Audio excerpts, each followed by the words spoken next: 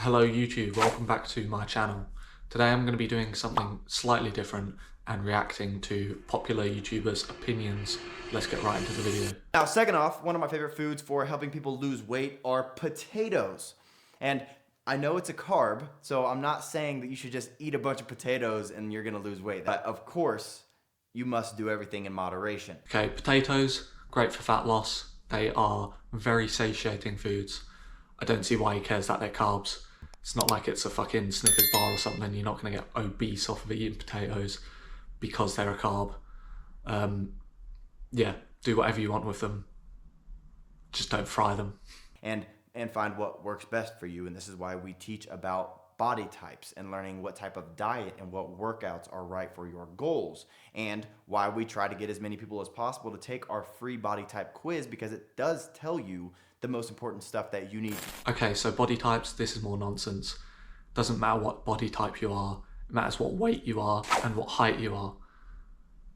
These things affect your BMR, and that is going to affect how many calories you need to intake to not be fat and lose your fat. Other than that, body types, it's a bunch of bullshit. Don't listen to it, he's just trying to sell you something. Everyone should be eating the same food, it doesn't matter what body type you are. With all that in mind, it's pretty easy to see why, if you're going to pick a carb source, pick the right ones, because you can really use them to help you. Once again, you know what's healthy carbs, you know what's unhealthy carbs. You're not going to pick up a chocolate bar, you're going to pick up rice. Now, next up, I'm going to go into an obvious one, but stay with me because the two after this are really useful. Next up are veggies, leafy and cruciferous vegetables. Why? Because they're low in calories. Okay, vegetables, this is brilliant. Any idiot would understand that vegetables are good for you, and to the people online who say they aren't, there's something wrong in your head. Like, I don't know how else to explain that. Vegetables are amazing. Which means if you load up your meals with vegetables, you can eat a much larger volume of food without overeating in calories. And they're super high in fiber. So if you do load your meals up with vegetables, you eat more and you feel more full from what you eat, and they're loaded in vitamins, antioxidants, and minerals, including calcium, which has been shown to aid with fat burning as well. Everything he's saying here is correct, which is pretty rare for VShred. But last up, we have chia seeds, a food very commonly referred to as one of the most nutritious foods on the planet due to their high amounts of fiber, protein, and omega-3s. Now, chia seeds, yes, he's correct. They're high in protein technically, they're high in fiber technically, but you have to have quite a lot. Fiber, they're brilliant for. If you add it to something, you get a lot of fiber from them. But protein, you're not going to go to chia seeds to get your protein. You're going to go to animal-based meat sources or whey protein supplements, things like that, because they're just way higher quality and it's easier to get a high quantity in as well. Quality and quantity. This is going to beat chia seeds for protein all day, every day. There are 12 grams of carbs per ounce, and while that might seem like a lot, 11 grams of that is actually fiber. Going on about carbs again, once again, they're chia seeds. It's not chocolate. Don't worry about carbs. And what's really nice about chia seeds is that they can absorb up to 12 times their weight in water, expanding in your stomach like a little gel ball almost, which, as you could probably guess, makes you feel extremely full with a significantly lower number of calories eaten. The water thing, yeah, that's a pretty good idea. You can just drink your water on its own if you want to, and then have chia seeds with other things. I'm not going to down a big jug of fucking slushy chia seed infested water. That's just doesn't sound pleasant to me. I'd rather drink water and have chia seeds with other things. It's the same volume. It's not like mixing them together somehow inflates the volume of the total thing that you're consuming. Let's move on to the next YouTuber, Doucette. I mean, added sugar, the problem isn't the sugar, it's the added calories. And if you're in a surplus, you're going to gain weight. And so, for example, I'm going to race perhaps 66 kilometers on the bike later today. Burn off perhaps 1,500 calories. Now, do you really think that if I consume a bubble tea sugar drink with 200 calories and maybe, I don't know, some licorice, some candies, that I'm going to somehow gain a ton of visceral fat? that I'm going to be a diabetic. No. I have muscle and I'm doing cardio. And so the problem with sugar is that sugar can add to unwanted calories and make you fat. He is half right here. He's talking about himself. He races a lot on a bike, which is going to negate a lot of that sugar effect from the bubble teas. You're not that sort of person though, are you? Like, let's be honest with ourselves. You're not racing on a bike for hours. That's why you're watching this video. And that amount of sugar is going to add calories, and it is going to cost you a lot of your daily intake as to the quantity of calories you should be eating to lose weight. Hopefully that makes sense. You deserve it. If you choose to do the thing, then you deserve it. For example, if you chose to drink 10 shots of whiskey last night at the bar and you're hungover, you deserve to be hungover. If you choose to eat 1,000 calorie surplus for months on end, you deserve to be fat. Is that not fair? I don't believe anybody deserves to be fat. Obviously, there's a lot more to it than just consuming calories. Being fat is a symptom of a mental illness, in my opinion. That mental illness being whatever drives that person to consume calories in way too much of a surplus, and then fat is the symptom of that. You don't deserve to be fat. You deserve to be at a healthy body weight, and hopefully we can make that happen. Visceral fat is actually easier to get rid of. With the right plan, you can see and feel it decreasing in just 30 days. To get rid of visceral fat, it's the same thing as any other kind of fat. Fat is fat. You can't spot reduce. You go on a diet, you eat fewer calories, or you burn more calories off by doing cardio. This is how you lose the fat. Okay, everything he said there is absolutely spot on. I have nothing to add to that. So let's move on to the next person. Dr. Oz. He's big in America and he spews a lot of nonsense. So let's cover what he has to say. I'm announcing my biggest weight loss program to date. It's been a year in the making. The Total 10 Rapid Weight Loss Plan. First things first, anything that's rapid weight loss is just not a good idea. It takes a lot of time to get as large as people do. You're not going to lose it rapidly. It's going to take just as much time to lose it. Maybe not just as much, but emphasis on a lot of time. The first week, I lost 6.5 pounds. I lost 15 pounds. I started in August and I've lost 35 pounds. 25 pounds. I no longer have the craving for sweets. I felt a lot less bloated. Anybody can do it. It's changed my life. Okay, so these testimonies, he's probably cherry-picked the best ones, let's be honest. 6 pounds in the first week. It's not healthy to lose weight that quickly unless you're mega obese, because the health implications of dieting that quickly and your likelihood to stick to the diet are just very, very poor. This protein-fueled plan will rev up your fat-burning potential. Okay, so having your diet that is protein-based is amazing. Protein is very satiating and it has a higher thermic effect than fats and carbs. It's also muscle building, which will help you with your gym training. Break your sugar and carb addictions and keep you full and satisfied all day long. Being full and satisfied, both good things. Carb and sugar addiction. Sugar is the issue, not carbs. Sugar, I know a lot of people say it's not addictive, a lot of people say it is addictive. Personally, I believe that it is addictive. If things that are highly palatable weren't addictive, then why would we have an obese epidemic in the first place? People would be able to control themselves. You'll get a meal plan focused on lean protein, unlimited vegetables, soups and snacks that you can eat throughout the day. There's no deprivation and no calorie counting. Okay, no calorie counting. This might seem controversial in the scientific community because calories are what you count to lose weight, but it's very off-putting for some people to count calories, which is why it can be a good idea just not to count them. You know what healthy food is and you know what unhealthy food is, and if you make the right decisions, then calorie counting doesn't need to occur. If you just drink a shit ton of water, eat tons of vegetables and fruit, hit your daily protein goal, you're probably going to be fine, and you probably won't have to count your calories. All the work is done for you. Shopping lists, recipes, and practical motivators to keep you on track every step of the way. You'll know what to eat and when to eat, all at your fingertips at DrOz.com. So, what are you waiting for? Having everything put together like this is going to be brilliant for most people. However, the convenience isn't about the information. The convenience is about having to come home and maybe you can't be asked to cook, maybe you don't have time to cook, and you want something that's ready. That's why people go for convenience fast food. To combat this, I would probably recommend subscribing to a meal plan type thing where they deliver meals to your door. Yeah, you might say, I don't have the money for that. But if you look at how much you spend on Uber Eats this week or this month, chances are you're actually going to spend less money on these meal plan replacements than you are on takeaways and fast food. So don't come with that excuse.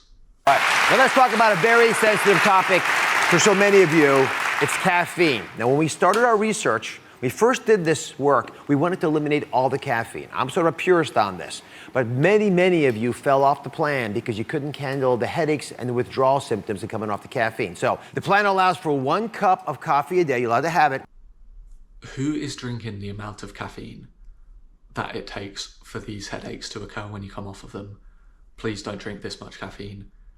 It's never a good idea. The daily limit should be 400 milligrams per day. That's about 4 cups of coffee. I don't see why he's limiting people to 1 cup of coffee. Now, just because the limit is 400 milligrams a day does not mean you need to consume that much every single day. That's very, very silly. You want to consume the amount that makes you comfortable within a healthy range. Now, caffeine, why would you want to reduce your caffeine intake? It is great at suppressing your appetite. So consuming caffeine is going to be great for reducing your appetite, like I just said, help you curb cravings, help you stick to your diet. Caffeine is a useful tool. It's also going to energize you for your workouts. It's going to make you more jittery, raise your BMR, all good things with caffeine within reason. But you got to use unsweetened vanilla almond milk or coconut milk as a sweetener. You can't put all the other junk you usually put in your coffee in there. Okay, you don't need to use these things. Just drink it with skimmed milk. This is the lowest calorie option, high in protein. Semi-skimmed milk, who cares? Whole milk, even whole milk. If you're having 2 cups of coffee a day, the amount of whole milk you're going to be drinking is not an issue. Yeah, he's correct with adding all of this extra bullshit though.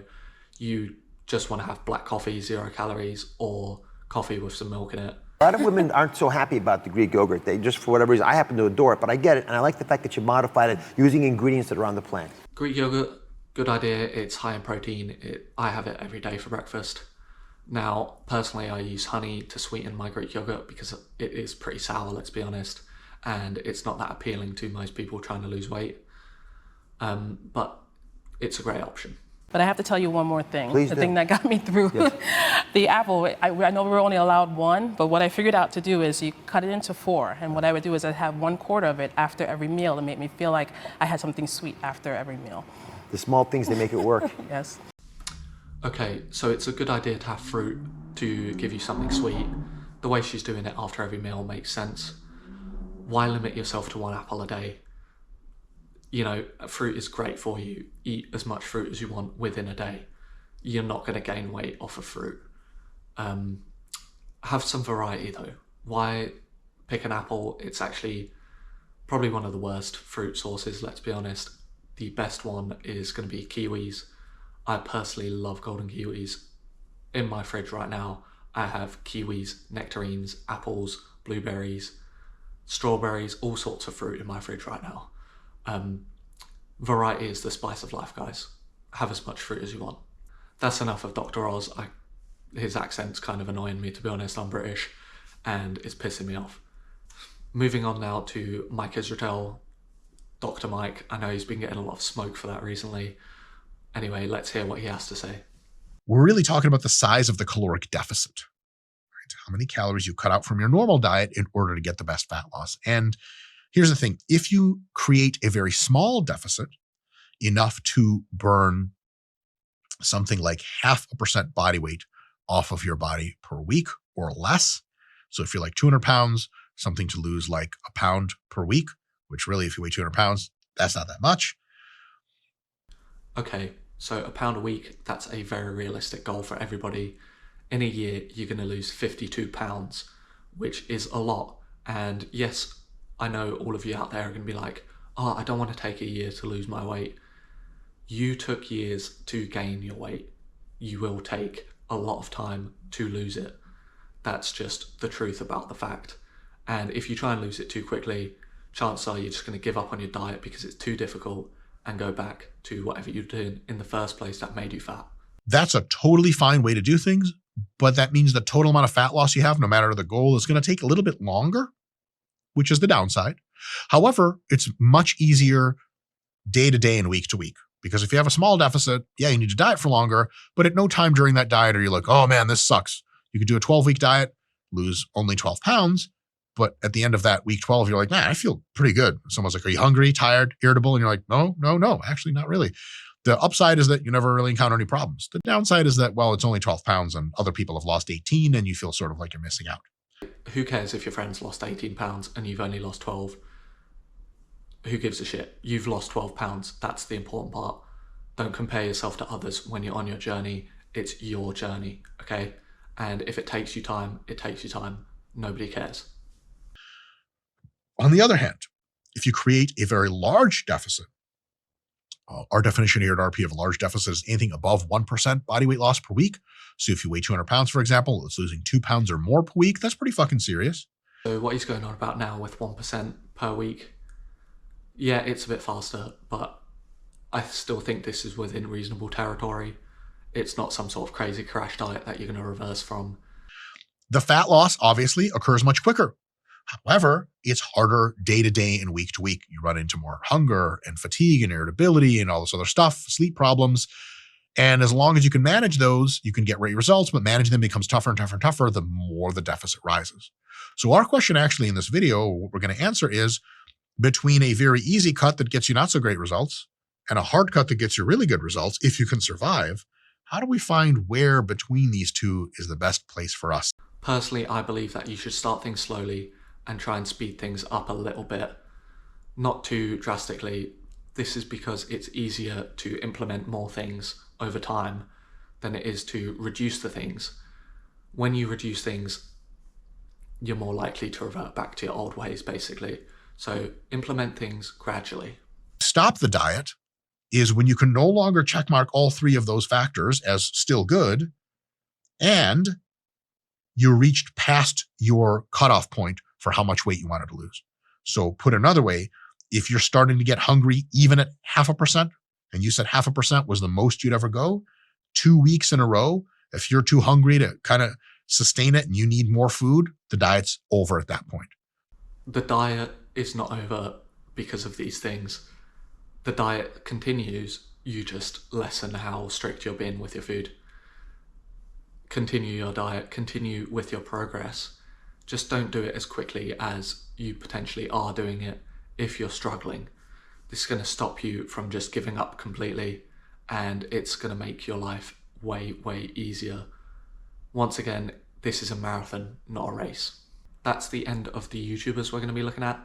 They have spoken a lot about diet and calorie intake, which is probably the most important part of the diet process because it's where most of your calories come from. It's more easy to manipulate. One chocolate bar is going to be 300, 400 calories like that, whereas doing cardio, it's going to take about an hour to burn that many calories for most people.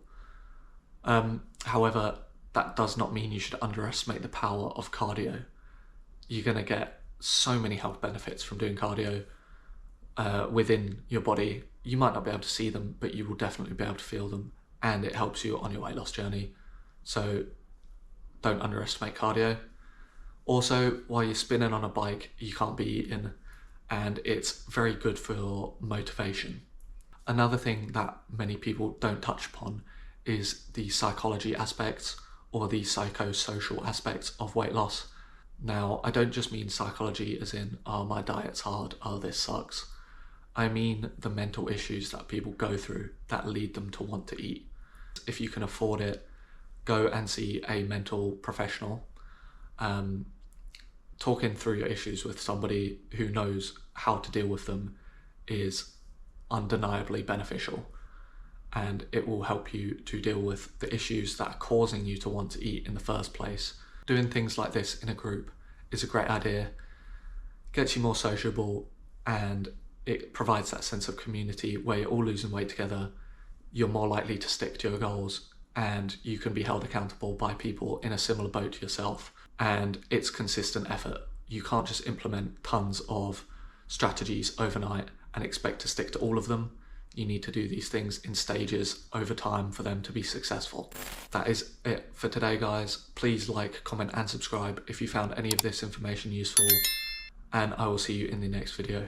Peace.